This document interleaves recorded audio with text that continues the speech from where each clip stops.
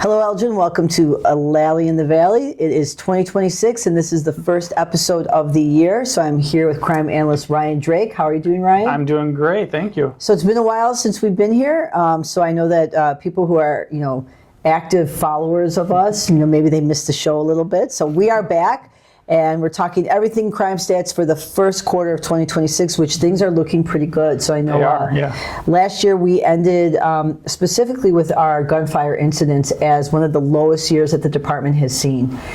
So do you want to walk us through some of the statistics as it relates to where we are this year? Yeah. And that trend as well. Yeah, absolutely. So far in 2026, we are having our lowest rate of gunfire in 13 years. So we have 4 shots fired year to date. So this is through yesterday. Compared to last year, we were at 6 shots fired. So again, this is year to date, our lowest rate so far in like 13 years. 2 of the incidents this year have been cleared by arrest, and 2 of them are still under active investigation. And of course, these numbers do not include self-inflicted gunfire, such as suicides. When you look at the trend too, 2013, 39 incidents of shots fired. Last year we end with 25. So, we're lower than we were last year at this time. So hopefully we keep that downward trend. And, we've been asked, and I've been asked, what are the things that the department has done differently? And really we're continuing to do the same thing in terms of reviewing our strategies, pivoting when we need to, working with our partners, and, really making a concerted effort on some really good arrests. So, the strategy doesn't change that much, but it's definitely us having these conversations about where are we at, what do we need to do, and then we pivot, and being able to have some really good impact for the community, which this is we could be here like we were in 2020 2024 with one of the highest years, and trying to again explain things. Crime happens for a variety of reasons, but it's really interesting to look at the numbers and try to figure out what was going on during that time, and what are some things that we can do, what are some things that didn't work. So really good news for our gunfire data. So what's coming up next then? So our Group A offenses and B offenses? Exactly. So for our NIBRs, which is the way that we capture our crime statistics, our Group A offenses, which includes our most serious offenses, that is down 13% for the first quarter this year compared to first quarter of last year. So this year we wrapped up with 951 Group A offenses compared to 1,092 Group A offenses through March of last year. Our Group B offenses, which include our less serious offenses, those are down 11% this year. So both categories down, which is looking good. Yeah, and again, we've mentioned several times with our Group B offenses, those also include some self-initiated activities. So you can look at that a different way. DUIs are one of those categories in Group B offenses. So absolutely. Are there less drivers who are driving intoxicated? Are they looking at other means, taking an Uber, a taxi, calling a friend? Or is the enforcement the same? So there's some things to consider with the Group B offenses, because there is some self-initiated activity. But the Group A, which is the most serious crime, the most violent crime, it's good to see that our numbers are even lower than we were last year at this time. And overall last year, I know we were still on that downward trend. Yeah, absolutely. We can also look at these over a long-term trend, so comparing the last 13 years of data. And once again, we see that 2026 is so far our second fewest number of crimes in the first quarter. Just a little bit above where our lowest so far, first quarter 2022, but that was during the time of COVID. But yeah, still that long-term downward trend. Now, with this style of chart, this is showing year to date. It's a good, robust way of making comparisons, but unfortunately, we're losing data from 9 months out of the year if we're just looking at the first quarter of the year. So what I like to do is we can build a month-to-month timeline so we can better see those long-term trends and point out maybe some temporal or short-term anomalies as well. So full disclaimer, you can see there's a little asterisk with the long-term data here. The downside when you do this type of analysis is you can be affected by seasonal seasonal variation. So what we see is during the summer, crime is always higher than it is during the winter. So you'll see like this little roller coaster, and we can actually smooth that out and remove that trend by mathematically removing that seasonal variation. So you get a nice long-term trend here with the blue line showing more of that. It's where those spikes are condensed down into just a smoother trend. So you can see part of that 40-plus year downward trend. We had COVID. It drops down quite a bit. That big spike there right in around 2021, that was a lot of that COVID identity theft fraud going on there. It goes up, and then it's going back down in that right direction that we like to see. And I think it's also important to note that when the global pandemic, COVID, 2020, 2021, those years are outliers, so when you look at crime stats, we're also looking at what was before COVID and what was after COVID, because that anomaly of that incident, there's no doubt that it had an impact a variety of ways, none of which that we're going to be able to capture except in numbers. So I think it's also important to know what was going on. So not only is it seasonality, but it's also, what is happening in a socioeconomic sense, a global sense, and then you look at these numbers and you say, okay, remove that year because it's hard to compare, but then you're still noticing that long-term trend of a downward trend, which is great. And then comparing to the rest of the state with our Group A offenses. Yeah. Oh, whoops, too far. There we go. So with the adoption of NIBRs across the whole of Illinois, it makes it a little easier for us to compare with other agencies and the rest of the state overall. This was done in 2022, so we can only go back that far, unfortunately.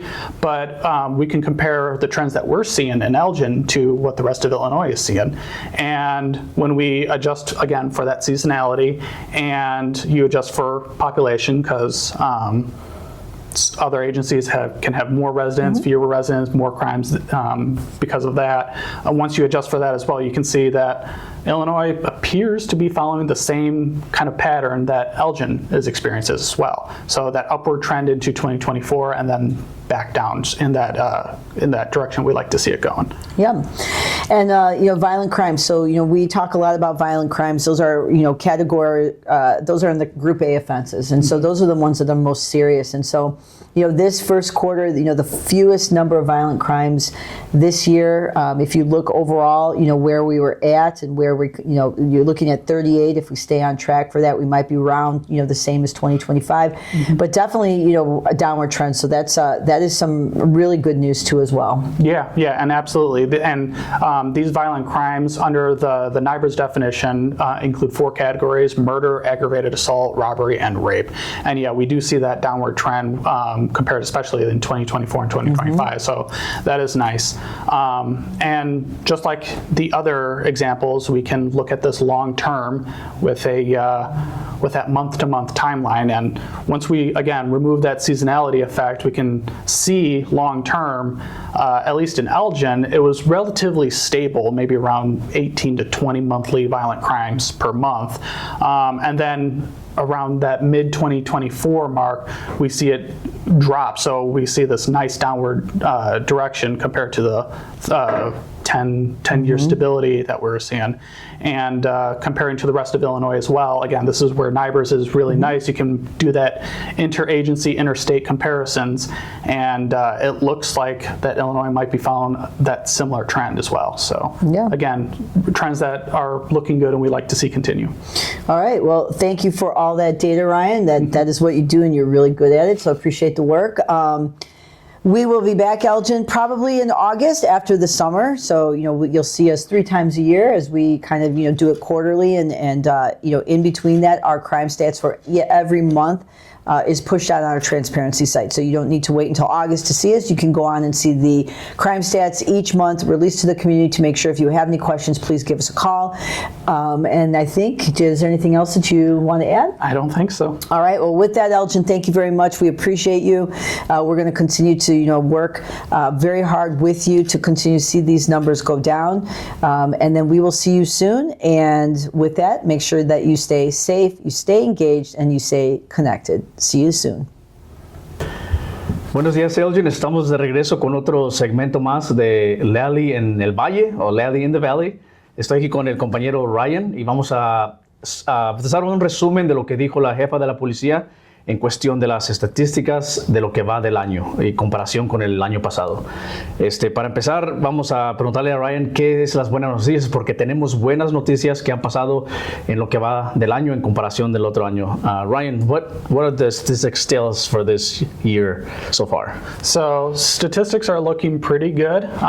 Starting with our shots fired, we are year to date at our lowest year-to-date rate since 2013, so that is good news. So, buenas noticias, es como decía también la jefa de policía, decía que es un buen año para empezar para nosotros, para la comunidad, que este año tenemos 4 incidentes de disparos por armas y el año pasado era 25, así es que a comenzar el año de este año 2026 estamos mirando muy bien, así es que todo esto, ella discutía que es por parte de las conversaciones que tenemos con la comunidad, por parte también de los que los oficiales están haciendo en cuestión de las actividades sospechosas, actividades que ellos desempeñan para prevenir estos crímenes.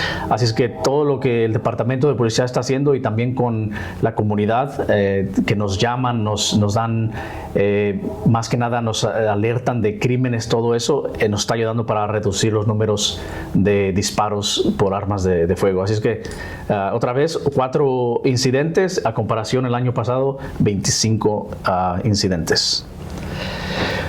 Otras de las gráficas sí que nos tiene Ryan es de los delitos del grupo A. El grupo A, como ya sabemos, son los incidentes más graves, los crímenes más graves. El grupo A tenemos un negativo 13% en lo que va del año en comparación del año pasado. O sea que el año pasado tuvimos 1,192 o 1,092 incidentes. Este año vamos a 951, así es que muy bien. Y en el grupo B son los crímenes menos graves y eso estamos al 691 lo que va del año. El año pasado estuvimos al 777 incidentes y negativo 11. De negativos de los por trimestre, igualmente como podemos ver en el 2024 tuvimos un despliegue hacia arriba, en el 2026 bajó un poquito, pero ahorita lo que va del 2025 25 subió, el 26 bajó un poquito, así es que otra vez la gráfica muestra que va en descendencia lo que es los crímenes. Y esto es lo que muestra en sí en las gráficas de lo que va el crimen.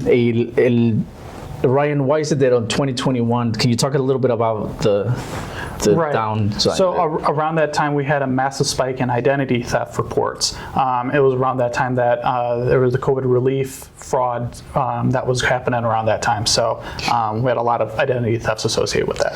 So, como podemos ver ahí, entonces en el 2020, 21, 22, hubo un brinco grande en cuestión de crímenes, pero era porque las personas que estaban robando identidad durante el COVID, las personas que andaban cometiendo fraude, por eso fue que el lanzamiento hacia arriba de crímenes. Pero como pueden ver, después del 2024, 25 y ahorita 26, estamos en una temporada baja que va hacia abajo la gráfica. Y en comparación con otras ciudades en Illinois, comparando obviamente la población, el nivel de crímenes, estamos muy bien en comparación con otras ciudades, estamos al nivel de ellos, o sea que quiere decir que el crimen va reduciendo, ya sea que es el esfuerzo que los departamentos de policía están haciendo.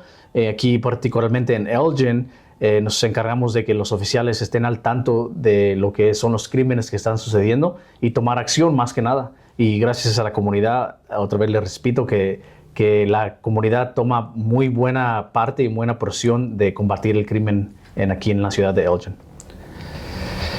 Y lo que es del 2026, en los delitos más graves, which are those crimes? So the 4 crimes under the NIBR system that contribute to violent crimes are homicides, aggravated assaults, robberies, and rapes. Dice Ryan que los crímenes más graves, los delitos según la agencia NIBR, es de que los homicidios son los más graves, agresión agravada, robo y violación. Y gracias otra vez a esfuerzos de la policía y a esfuerzos de la comunidad, por la información que hemos obtenido, en el 2026 hemos tenido 38. En el 2025 terminamos con 72. Se mira como que estamos más o menos alineados al año pasado, pero ojalá el número sea menor al final de año. Y para largo plazo, tendencias, como les decía otra vez, se ve que estamos en una época donde está bajando el nivel de crimen. Todo es por esfuerzo del departamento, de las medidas que toma el departamento de policía para ayudar a estos números que bajen. Y obviamente gracias a Ryan por darnos las estadísticas muy fácil de entender, y no se olviden que también las estadísticas están en la sitio web de transparencia de la policía de Elgin. Ahí pueden ir a ver las estadísticas de cada mes. Todo se va poniendo ahí para si no quieren esperar para el siguiente trimestre. Pueden ir al sitio web en la transparencia del sitio de la policía de Elgin. Ahí van a ver lo que es crímenes, las llamadas que recibimos cada día por día, los incidentes que pasan y más información de lo que quieran. Y obviamente pueden llamarnos por teléfono también si tienen preguntas y cualquier otra cosa. Aquí estamos para ayudar y para dar información y tener una transparencia con la comunidad como siempre lo hemos hecho. ¿Anything else? No. ¿Algo es más? todo. ¿Es todo? Ryan está aprendiendo español, así es que vamos a comenzar a hablar más español con Ryan. ¿Verdad, Ryan? Dice sí. Es todo, Elgin. Así es que asegúrese de sintonizarnos para el siguiente trimestre, y para más información visite la página de web, o también síganos en Facebook, en la Elgin Policía de Elgin, en Facebook, en Instagram, y cualquier delito que tengamos incidente ahí va a estar para que se mantenga informado. ¿Algo más? No. ¿No? Ok, gracias, Elgin. Nos vemos.